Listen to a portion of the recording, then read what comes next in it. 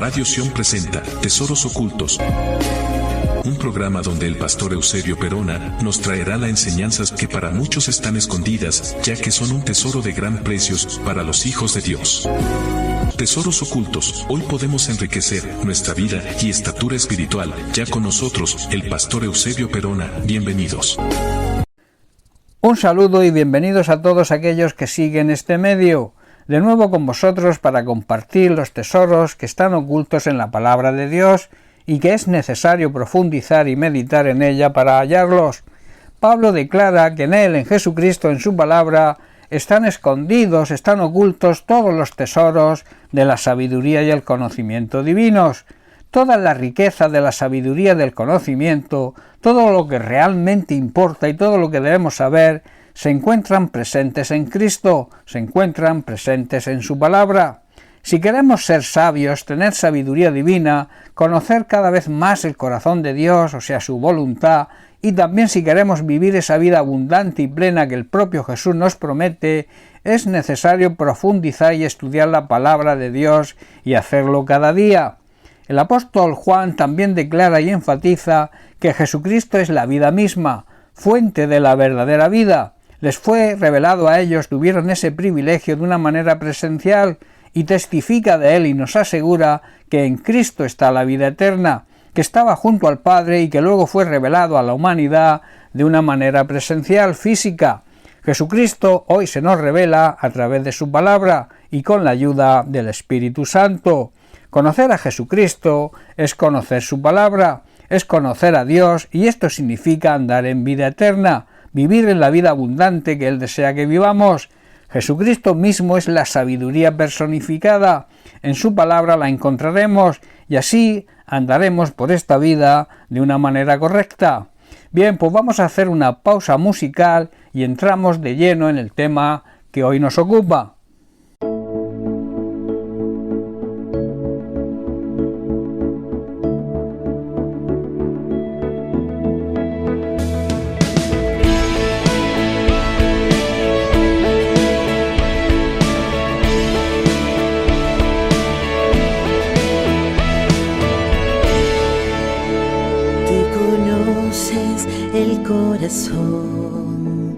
Los pensamientos discierne, Señor, como espada de doble filo, es tu palabra en nuestro interior. Padre eterno, enséñanos tu camino, amado Dios. Anhelamos hoy conocerte, con tu espíritu dirígenos hoy. Tú peleas nuestras batallas, tú nos das fuerzas para resistirle, y al que erra tú le corriges, así de grande es tu amor. Y tú peleas nuestras batallas, tú nos das fuerzas para resistir, Dios, y al que erra tú le corriges, así de grande es tu amor.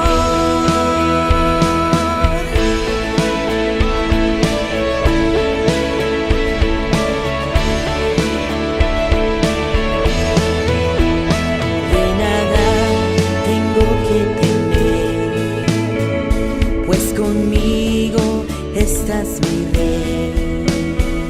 Yo paciente esperaré en tus promesas, amado rey. De nada tengo que temer lo que el hombre me pueda hacer. Mi confianza está en ti, Cristo, por siempre en ti me refugiaré. Y tú peleas nuestras batallas, tú nos das fuerzas para resistirte, y al que erra tú le corriges, así de grande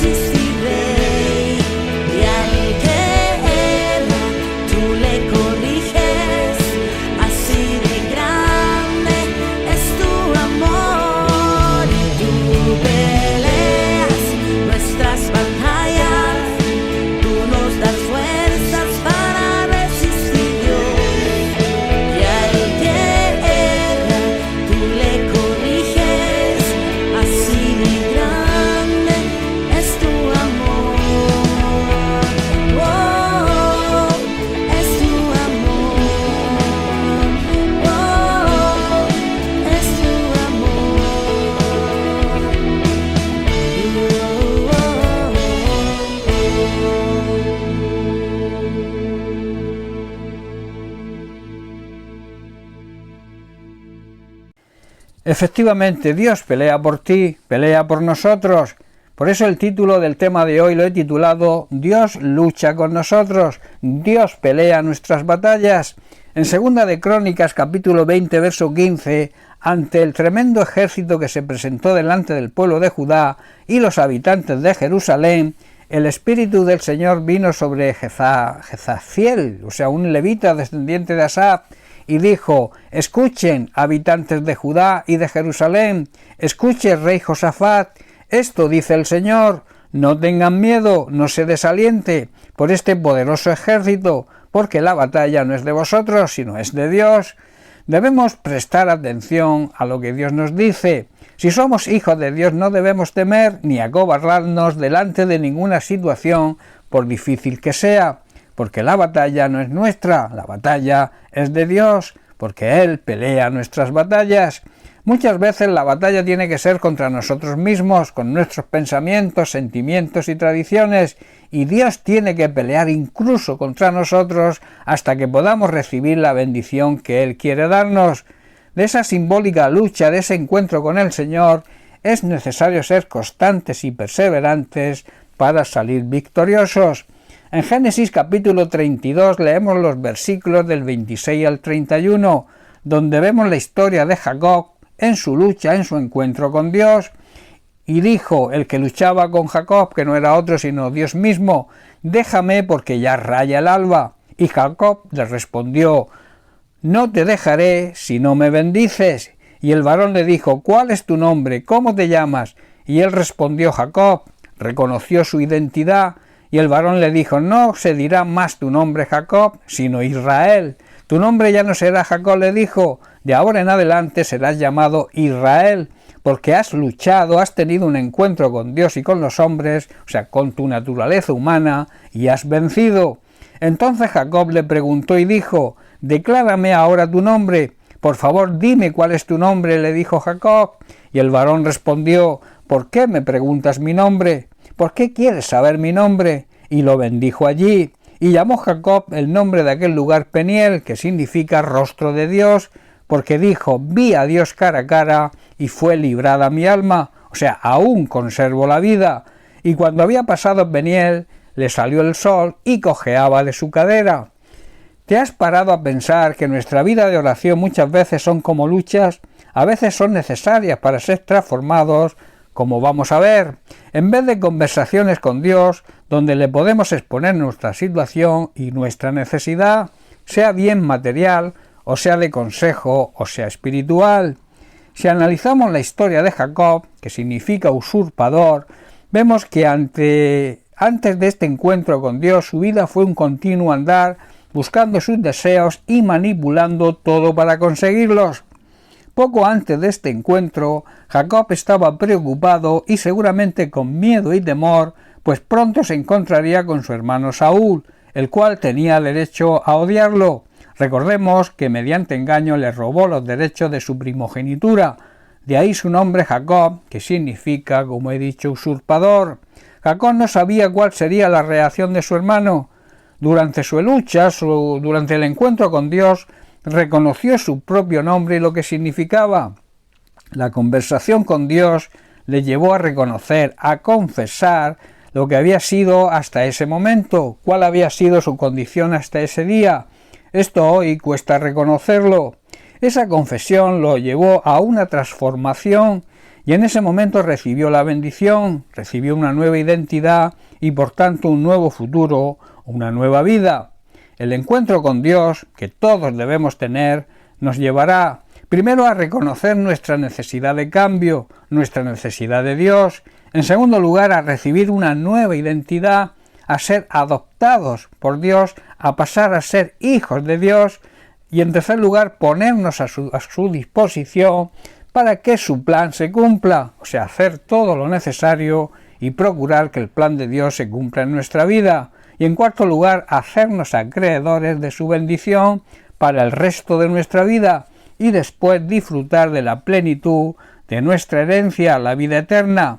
Jacob, en su lucha con Dios, también recibió una señal externa de ese encuentro, de esa lucha, una lesión en su muslo que le hizo cojear todo el resto de su vida. Todos aquellos que han tenido un encuentro, esa lucha con el Señor, son marcados, son sellados, hoy son sellados por el Espíritu Santo y su vida cambia totalmente, y los demás ven que caminan de otra manera, o sea, que viven de otra forma. En Efesios capítulo 1, verso 13, Pablo declara: en él, en Cristo, también vosotros, habiendo oído la palabra de verdad, el evangelio de vuestra salvación, y habiendo creído en él, fuisteis sellados con el Espíritu Santo de la promesa. También a los no creyentes, cuando prestan atención al mensaje del Evangelio y obedecen, Dios los salva por haber creído en Cristo y lo que hizo por todos nosotros. En ese momento Dios los adopta como hijos suyos al darles el Espíritu Santo, el cual había prometido tiempo atrás. Y en Efesios capítulo 30 también Pablo nos dice: y no contristéis al Espíritu Santo de Dios, con el cual fuisteis sellados para el día de la redención, para el día de la liberación, de la compra de nuestra antigua esclavitud. El encuentro de Dios con el ser humano siempre va a producir grandes efectos y resultados que sorprenderán a todos. El resultado del encuentro de la lucha de Dios con Jacob es que su nombre, su identidad cambia de usurpador, de engañador, a Israel, que significa príncipe. ¡Qué cambio tan espectacular!, ¿verdad? Otro caso, otro ejemplo bíblico fue el encuentro, la lucha de Saulo con el Señor. Esto lo vemos en el libro de los Hechos, capítulo 9, versículos del 3 al 6. Dice así: Saulo, que después se llamó Pablo, era un empedernido perseguidor del cristianismo. Dice que, mas yendo por el camino, iba por su camino, aconteció que al llegar cerca de Damasco, repentinamente le rodeó un resplandor de luz del cielo, y cayendo en tierra oyó una voz que le decía: Saulo, Saulo, ¿por qué me persigues? Él dijo: ¿quién eres, Señor? Y él le dijo: yo soy Jesús, a quien tú persigues. Dura cosa te es dar coces contra el aguijón. Y luego en el versículo 6 vemos la rápida y sin condiciones respuesta de Saulo. Él, dice, temblando y temeroso, dijo: Señor, ¿qué quieres que yo haga? Y el Señor le dijo: levántate y entra en la ciudad, y se te dirá lo que debes hacer. Saulo dejó su camino y empezó a andar en el camino, en el plan del Señor. Dios también tuvo que cambiar su identidad de Saulo, que significa el elegido, el llamado, a Pablo, que significa pequeño hombre, hombre humilde. Y su vida también cambió totalmente. De ser el gran perseguidor del cristianismo, se convirtió en el gran apóstol al cual le debemos media Biblia.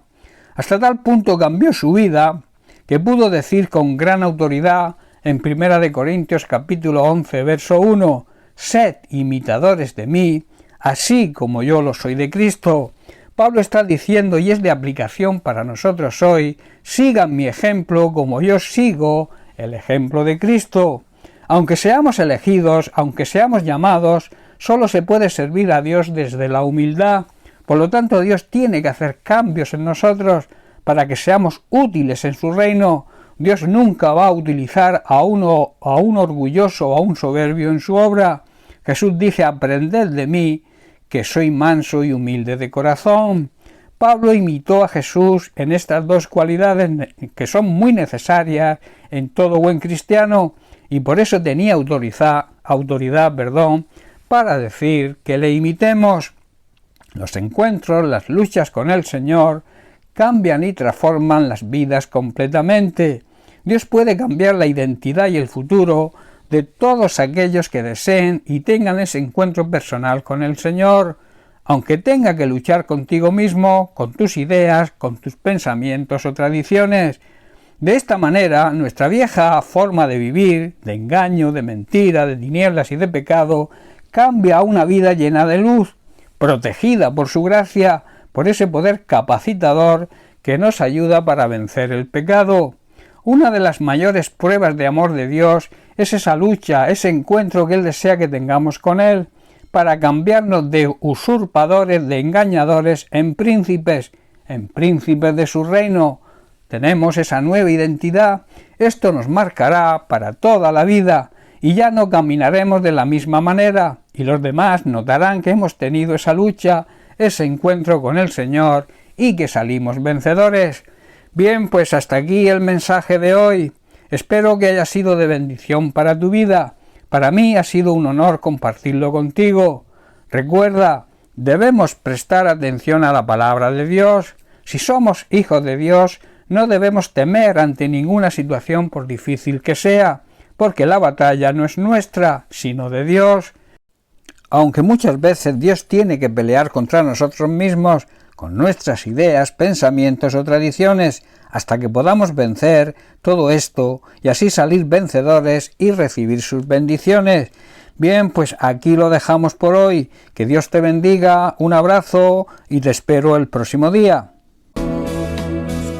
Anhelamos hoy conocerte con tu espíritu, dirígenos hoy. Tú peleas nuestras batallas, tú nos das fuerzas para resistirle, y al que erra tú le corriges, así de grande es tu amor. Y tú peleas nuestras batallas, tú nos das fuerzas para resistir, Dios, y al que erra tú le corriges, así de grande es tu amor.